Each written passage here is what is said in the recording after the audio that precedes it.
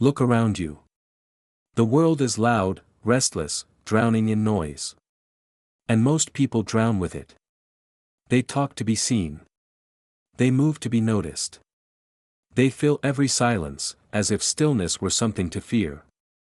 But the more noise they create, the less control they actually have. Because real strength was never built in constant reaction. It was built in restraint. The Stoics understood this long before the world became this chaotic. They knew that anyone who cannot control their thoughts, their words, and their attention will eventually be controlled by something else. Somewhere along the way, it became normal to mistake activity for progress, expression for power, and distraction for purpose. But look closer. The ones who are truly grounded, truly focused, rarely need to announce themselves. They are not rushing to respond, not desperate to explain, not pulled in every direction by every passing thought. There is a quiet discipline in them, a kind of inner order, and it keeps them steady in a world that is constantly shaking. Welcome to True Stoic Journal, the path to inner control. The mind moves fast, faster than most people realize. One moment everything is calm, the next a single comment, a shift in tone, or even a glance sends your thoughts spiraling. You replay what was said. You imagine what could happen. You build entire scenarios that feel real even though they haven't happened. It feels like control, like preparation, like awareness. But slow it down. Look closely. Most of that thinking isn't helping you. It isn't solving anything. It's just pulling your attention away from where it actually matters. There's a habit people develop without noticing. They treat every thought as if it deserves a response, as if every idea must be examined, expanded, and taken seriously. But most thoughts are not important. Many are just echoes of fear, fragments of memory, conditioned reactions. And yet people hold on to them, analyze them, give them weight they were never meant to carry. That's where the exhaustion begins. Not from doing too much, but from thinking about too much that doesn't matter. This is where a shift begins. Quietly, subtly, you start to see that just because a thought appears doesn't mean it's true. It doesn't mean it's useful. It doesn't even mean it deserves your attention. It's just there. The Stoics didn't try to eliminate thoughts. They learned to filter them, to decide which ones deserved attention and which ones didn't. Because when everything feels urgent, your mind becomes a place of constant tension. You're always reacting, always trying to stay ahead of something that isn't even real. Like any pattern, this can be changed. It begins with letting thoughts pass without engaging with them. At first, it feels unnatural. You're used to following every mental thread to its end. But when you pause, you create space. Clarity doesn't come from adding more thoughts, it comes from removing the unnecessary ones. Over time, you begin to see patterns, the same doubts, the same assumptions repeating themselves. And instead of getting pulled in, you start observing them as habits, not commands. Every thought you engage with costs you something: time, energy, focus. When attention is spent on things that don't matter, there's nothing left for what does. This is why thinking with intention is the ultimate advantage. While others are reacting, you are choosing. While others are overwhelmed, you are clear. That clarity comes from doing less, but doing it with precision. When the mind is scattered, speech becomes scattered too. People speak to fill gaps, to avoid being overlooked, to defend themselves before they are even challenged. Conversations become less about understanding and more about being seen. But when everything is expressed, nothing stands out. There is a weight to words that have been considered. When you speak less, each word has more space around it. People listen more closely, not because you're louder, but because you are more deliberate. The Stoics taught us that we have 2 ears and 1 mouth for a reason, to listen twice as much as we speak. This isn't just about communication, it's about balance. The less you speak, the more you notice how much others rely on constant talking to feel secure. They explain when no explanation is needed. They justify when no one asked. In doing so, they give away clarity they could have kept. Something begins to shift once the noise settles. The energy that was once scattered starts to collect in your attention. As Marcus Aurelius wrote, the happiness of your life depends upon the quality of your thoughts. Depth takes time. It requires you to resist the urge to switch, to check something else, to chase something new. Every time you stay with a challenge instead of looking for a distraction, you reshape your habits.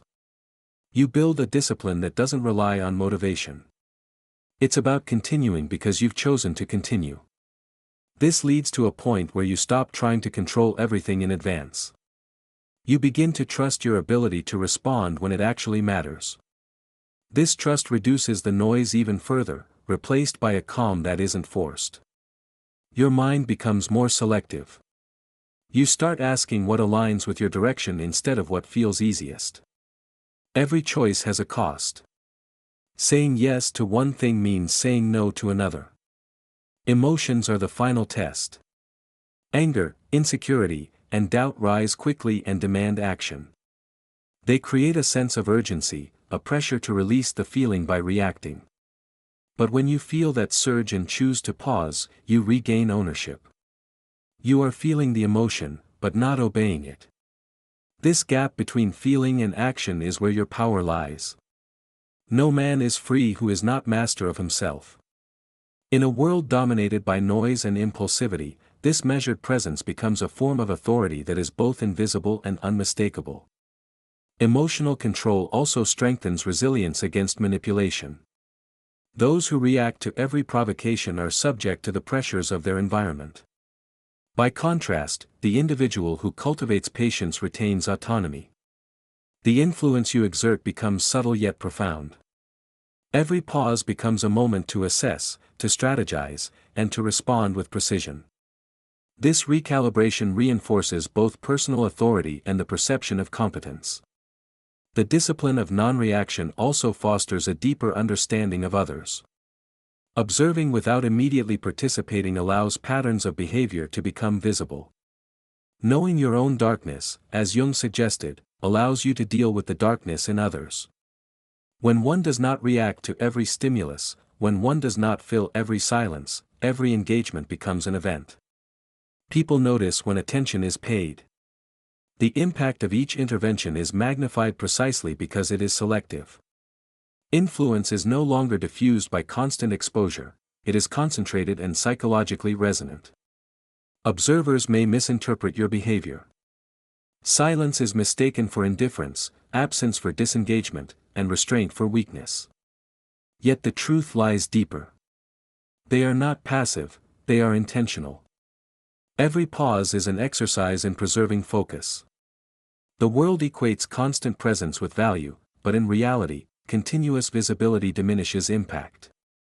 Scarcity creates value. If every word you speak is rare, every word is consequential. Absence is not avoidance, it is an investment. It allows the mind to operate with heightened acuity. By limiting appearances, you preserve vitality for moments that truly matter. This controlled pacing amplifies influence and cultivates respect naturally. It trains the mind to tolerate ambiguity and to act from insight rather than impulse. Ultimately, those who understand the dynamics of influence recognize that silence is an instrument of control. Aristotle noted, "We are what we repeatedly do." Excellence then is not an act, but a habit. The habit of measured presence cultivates strategic insight. The moments of absence are as powerful as the moments of presence. Even your moments of rest will feel different. They are no longer filled with background noise. To be everywhere is to be nowhere, Seneca warned. You are no longer reacting, you are deciding. Selectivity becomes your protection. You guard your time not out of fear, but out of understanding. Time isn't the issue, how it's used is. Pulling back no longer feels like loss. It feels like alignment. The less available you become to everything, the more present you become in the things that deserve your energy. You move with precision. Things that once felt urgent lose their pull. You are no longer trying to do everything, you are trying to do the right things. Tasks become more deliberate, conversations more meaningful. Your time alone becomes a tool, not something to fill. There is a certain calm in the absence of unnecessary activity. You are moving at your own pace, guided by your own direction. This pace allows you to go deeper instead of just faster. Others start to feel this weight. They listen more. You don't need to justify every decision. A quiet confidence replaces the need for validation. The whole future lies in uncertainty. Live immediately. This doesn't mean act impulsively, it means control how you use your attention right now. When sustained, this focus leads to progress that compounds over time. You are grounded in your direction, making everything else less disruptive. Thinking less reduces noise. Speaking less reduces distraction. Being selective protects focus. As this becomes natural, you no longer feel the need to force structure. What once felt like discipline now feels like alignment. Strength was never in adding more effort, it was in removing what was unnecessary. The thoughts that distracted you, the words that diluted your message, they lose their place. Problems become manageable because you see what's actually there, without the layer of overinterpretation. You trust the direction you've chosen. You don't look back constantly. You aren't searching for reassurance because the process itself has become reliable. You remain steady even when things around you are not. This steadiness shows up in small ways, consistently. Waste no more time arguing what a good person should be. Be one. Less discussion, more action. Not rushed, but aligned. You are no longer starting from a scattered state. You are building from a position of clarity. Each step builds on the last, each decision reinforces your chosen path. Thinking less creates space. Speaking less strengthens presence. Focusing more allows you to build something meaningful. Together, they form a way of operating that is simple and effective. The strength you were looking for was always in simplicity, in removing what doesn't matter so that what does can stand out. Once you experience this, it changes how you approach everything. You are no longer trying to do more, you are doing what matters, and doing it well. It is no longer about changing your life, it is about mastering yourself. Less noise. Less reaction. More clarity. More control. In that quiet shift, everything else falls into place. Thank you for being part of Stoic Journal, for exploring these principles, and for committing to growth with intention. If this way of thinking resonates with you, let it stay with you. Let it shape how you think and live. Don't just listen, let it transform your presence into power.